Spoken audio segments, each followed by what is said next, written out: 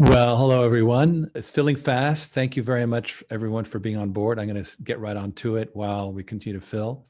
Big show ahead. So much to discuss. Water is the new gold, of course, and it really is a new asset class, as my fellow strategist Ken Berenger likes to put it. And as an asset class, we need to think about what assets will be durable in the coming times. And there's going to be much more about that specifically in this show. And you get to make up your own mind as to what you think. Of course, safe harbor statement, just disclaiming our statements as being really the best that we know at the time. Not perfect, but we think we're pretty good at doing what we say. You get to vote on that with your support, right? All right. So today I was discussing this interesting development. Erin Brockovich. Oh my God. I can't believe what's going on in Huntington Beach. You see a picture here of the power plant down there, and they want to build in the space, I guess, to the right of it, a $1 billion desalination plant. Problem with that is that it's not exactly an ecological solution. Current desalination is pretty gnarly. And so this was sent to me by my friend Pi In, and I made a little comment that desalination tech was badly obsolete. And wow, things moved ahead very, very fast over the last few hours. This is the article in the LA Times. And you heard about when he ate at the French Laundry without masks and so forth. Well, it was the birthday party of his good friend, who is the major lobbyist on this. And it's not a pretty picture. So what happened? Well, it turns out that Pi is an advisor to the UC Irvine Innovation Center. And here I am speaking at the Innovation Center. It's got a slightly different name now, but that's back in 2017. And so I know some people there, and we may have something interesting going on with working with UCI on basically, here's how it is. We think that desalination can be dramatically improved. The technology is out there. And if you just wanted me to, I can share with you right now some of the things that are out there. For example, there's this cool technology for turning salt water into fresh water using electrolysis. Look familiar? Yeah, this is a lot like what we've got. So there's that technology. And then there's another one with carbon nanotubes, which are literally an atom thick, 1 atom thick carbon rolled into cylinders. And that is very interesting because it could be as much as 20 times more efficient in terms of water permeability, means letting water through. Then basically this reverse osmosis is a lot like, pushing water through a rock. It's unbelievably energy intensive. They've worked a lot to make it less so, but still, this would be a dramatic improvement. Now, let me just show you something. If we scroll up here, this article, 2011, right? And if we look back and the wires turn salt water, 2012. So these are old articles.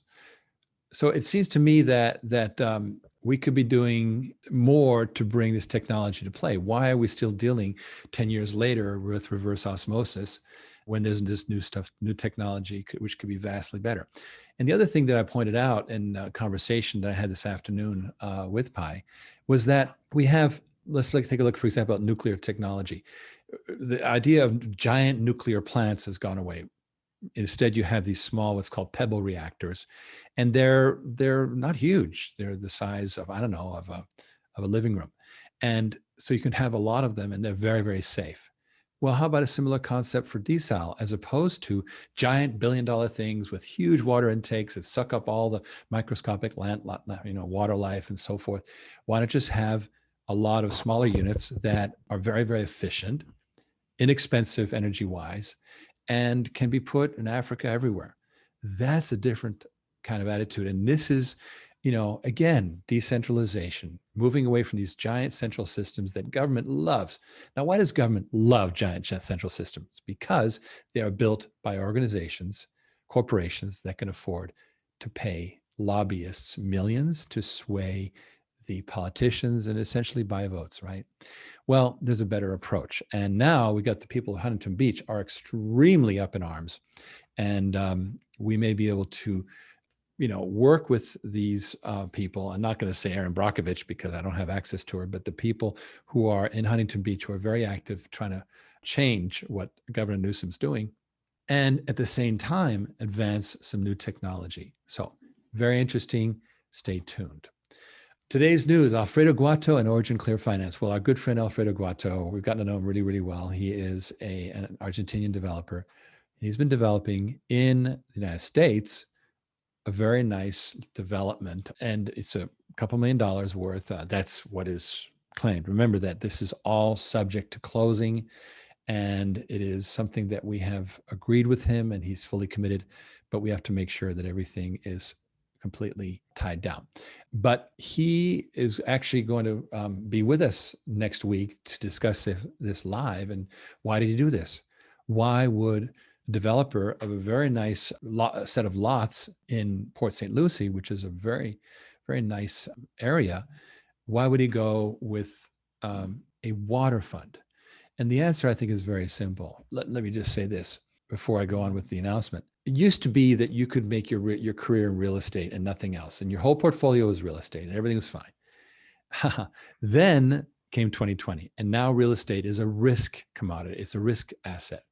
Now, people are doing well. You got three categories in real estate right now. You got the people doing really well. You got the people who are kind of like doing so, but they kind of just can't get their liquidity. They can't get their money.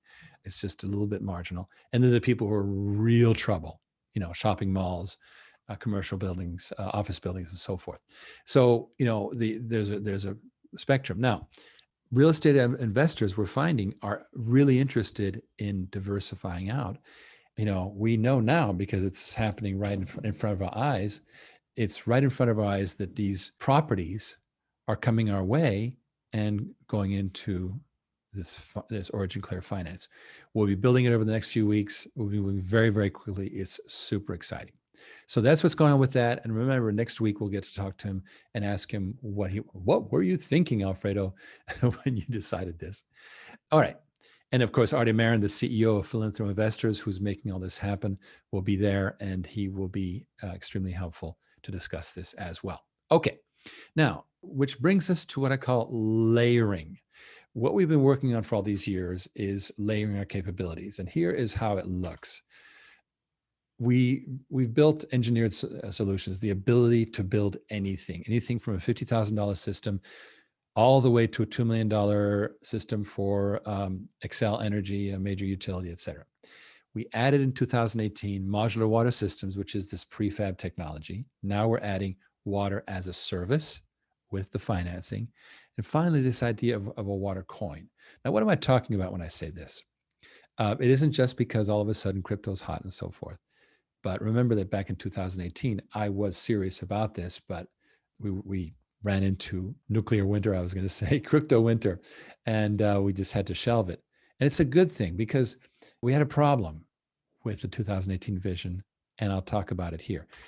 Let me just tell you what we're talking about here. First of all, we know that there's problems with water, and that water demand will exceed supply by 2040 by, I believe, about 50%. And 1/3 of all people in the world don't get safe drinking water. That is a scandal. Now, there's technology. Like I was just talking about the desalination technology. It's out there. Why is there still a problem? Well, at the centralized water systems are falling apart.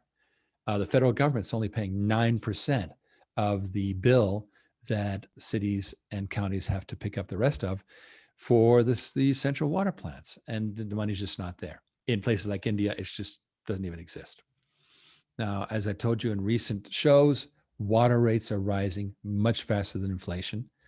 It's good for investors. It's good for us because we believe we're going into major inflation. But I was astonished to find the other day that there's companies that send out water trucks with clean water for various business uses in America. I thought it was only happening in the developing world. Well, it's happening everywhere. So this is a really interesting problem, which is infrastructure falling apart. Now, what's happening is that industry, agriculture, and commerce are picking up the slack. But of course, it's not what they do, and they don't have the capital. So the entire water industry is moving towards this outsourcing tendency, this trend. And we have a company that pioneered that in our release today called Aqua Ventures. And they got sold to Culligan for over $1 billion cash because they pioneered exactly this. When you do a website, you don't have your own server. The server is sitting in a farm at your internet service provider. And it's the same thing here. You outsource it, you pay. You could pay by the month, but typically it's good to pay by the usage. That is what works really, really well. And you just pay what's on the meter. It's what people are accustomed to. So now we're busy raising capital, and it's going well. As you saw, we've got a big milestone today. And what's great about these managed services, is that when you are taking care of everything for a client, you're doing all of their maintenance, everything, you're going to be with them for many, many years. It's just how it is. So we're making capital a non-issue, and also they don't have to worry about managing these systems. It's a very powerful model. Okay, so as a result, we are building this OriginClear Finance. So OriginClear Finance is our use case. We decided we really, we've talked a lot about, creating a marketplace and so forth, but that's extremely complicated. What we decided to do was we would be our own water treatment company, which we are, and our own funder.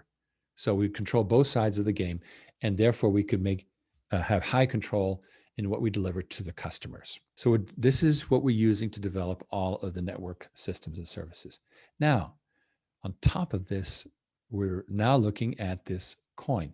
Now, the problem back in 2018 was that we were like, oh my gosh, how are we going to get proof of water? How are we going to, are we going to be sending people to wells all over the world? And, and of course, there's going to be hackers from, places like Russia and so forth that are just going to take advantage of this. So how do you do it? Well, it's very simple. Now that we have managed services and these things are happening, remember that Aqua Ventures, that deal was done back in April. It's very, very new that it's proven. Now that we have managed services, we can say, hey, guess what? The water coin only represents contracts where water is being paid for by the gallon, metric ton, whatever, right? And so now it's very simple.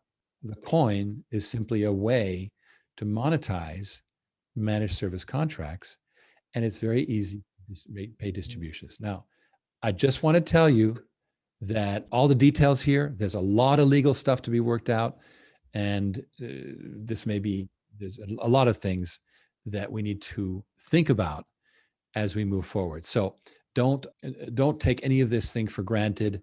We don't even know distributions we paid. Who knows? But here's what's important is we believe that this water coin should represent actual production of clean water. Rick Garcia says, Ricardo, my man, I really like this idea of the water coin. And you're absolutely right. It's amazing to me that we don't have a water coin, isn't it? I mean, oh my gosh. Now, there are people doing crypto and blockchain and water, but they're more focusing on things like water rights and so forth, which is great. I think it's wonderful. But we're talking here about desalination, reclamation, recycling, all the treatment of water. That is a huge business. I mean, that's the $1 trillion industry that we've been talking about. That really should be a $5 trillion industry because it only treats 20% of the world's water, right? Well, how do we get from 1 to 5? Well, we have to set up systems that are very robust. Now, what we have here is, I'm going to talk about how we do that. But the key here is to not have what's called widgets, right? If a company sells a piece of equipment to someone and never tracks its performance, that's not a coin. Not going to happen. Sorry. It's only where it represents performance contracts that have, metering on a network operations center, a NOC. That's the way to go. And some people have been calling it the Internet of Water, right? Is one statement. Also, you call it the bank of water, as another way to put it. Well, regardless, this is an opportunity here to build something robust. Now, I want to talk to you a little bit about how this works. Bitcoin, the thing you've been hearing about, is not very useful because it does not have what's called smart contracts. Ethereum years ago pioneered something called smart contracts. That's where the coin itself, you can embed instructions. So you go, when a certain amount of water is treated, pay the licensor his royalty, pay the supplier of the equipment, pay this, pay that. All these instructions are built in, which is going to dramatically simplify the managed services, which are typically very complex. Well, if it's all built into the coin, now you just trigger it, and there'll be different templates for different situations. Maybe one's for desalination, one's for wastewater treatment, et cetera. One's for conveying, making water travel from one place to another. Another use for this is cleaning up aquifers, meaning groundwater. As long as it's being done, somebody's paying for it on the meter, then we can capture it in a smart contract, and we end up with this decentralized finance contract. So mining pure water is a good way to put it, but basically the water coin represents produced pure water. So clean water, desalination, wastewater treatment, groundwater cleanup, etc. And here's what's cool. Charitable organizations have a big problem. They raise a bunch of money and then they send this thing out to Chad or Central Africa or whatever. And now what are they going to do? How do they track it? Well, if they put in place this template with this coin, perhaps eventually, but for now they can do it with just a regular managed services contract. So as I'm saying, the water coin is not necessary to do it. It's just how I believe it scales up very, very well. So now they can put out this managed service contract. There's a meter, it's internet, blah, blah, blah. And it's all managed through the coin process. I want to make it clear that we're still building the finance capability. We're still planning the coin. No assurances that it will happen, but it's moving very quickly. So if anybody wants to drop in a chat and ask any questions, I'll be happy to answer them. And Rick says, wow, this is a game changer. Thank you, sir. So while you're thinking of questions, I'm going to zoom out a bit and talk a little bit about the overall market. And there's a man named Harry Dent who he doesn't have very kind things to say about the current market. He thinks it's going to go to hell in a handbasket. Here's of the video I'm going to play a brief excerpt from. And that is, there's a giant correction coming, blah, blah, blah. Okay, great.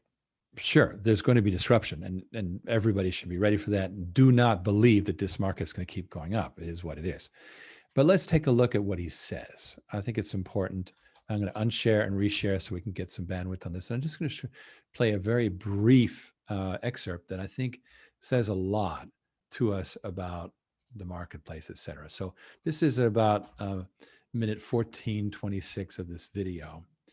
And I think you'll understand what I'm getting at, because he's saying, look, when things crash, what's going to replace it? And I think this is where this goes. Take a look. So that's the same thing going on here.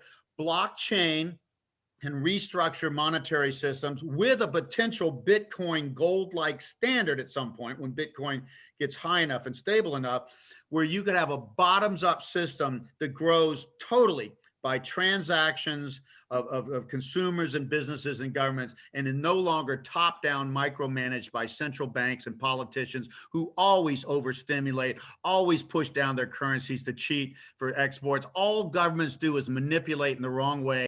Okay, so you can go ahead and watch the rest. Just look up Harry Dent stock market 40% crash, and you'll be able to see the video. And it's a very sensationalist headline, but please, I'm in the market. I've got all kinds of stops set. It's like, oh my gosh, this is not a good time to be completely overconfident. Vince Dominus is a very smart man, but he's been saying this for years and years. And that's absolutely true, Vince. And he explains here, he says, look, it should have happened in 2008. And if it had happened then, it would have been cured much easier. But unfortunately, we got into this huge, bringing up wheelbarrows of cash, which the market has absorbed again and again and again. And for the last couple of years, we've had only 1.9% growth, real growth in the economy. But that has been, sort of masked by all this wheelbarrows of money. The point he's making is, I'm right, but what's happening is that governments are staving off the day of, it's kind of like you keep borrowing from your rich uncle, but then one day he wants the money back, like, oops. So that's the concern here. And look, that whether or not there's a stock crash, look, he says that the baby boomers back, in 2005, whatever, stopped, they started retiring and stopped spending. And now it's going to take a while for the millennials to kick in. So like 2025 onwards is going to be great. There's going to be a period of unsettlement, right? Now, the key is for you not to freak out. And I'm going to show you what I mean by that, because I would not be showing this to you if I did not have some kind of idea what to do, right? And Ken and I have discussed this at length, and Ken is very sharp with this, and he'll be happy to discuss it further with you. Our plan is to build this new asset class of water. So while all this craziness is happening, we're not an overvalued asset.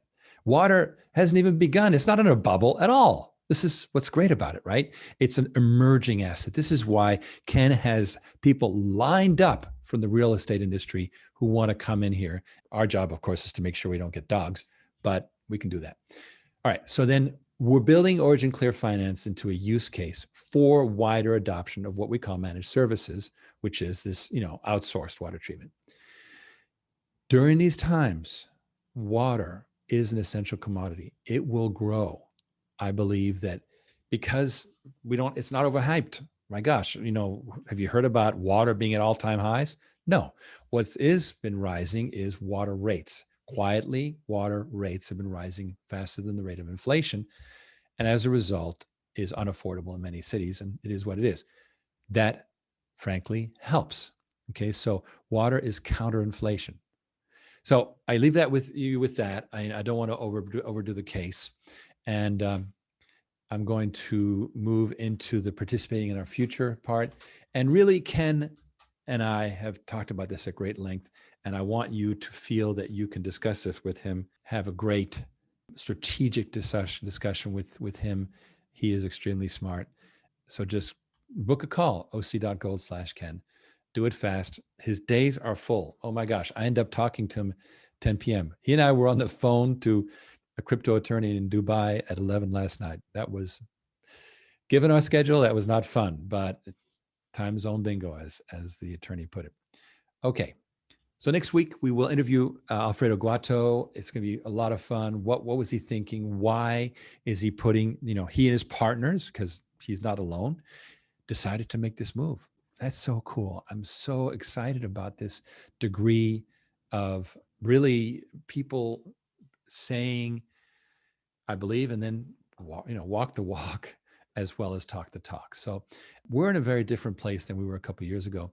And I have to say that, I say it again and again, that the pandemic was a wake-up call for us because, of course, you had to adapt or die. And I believe we've done a great job of that.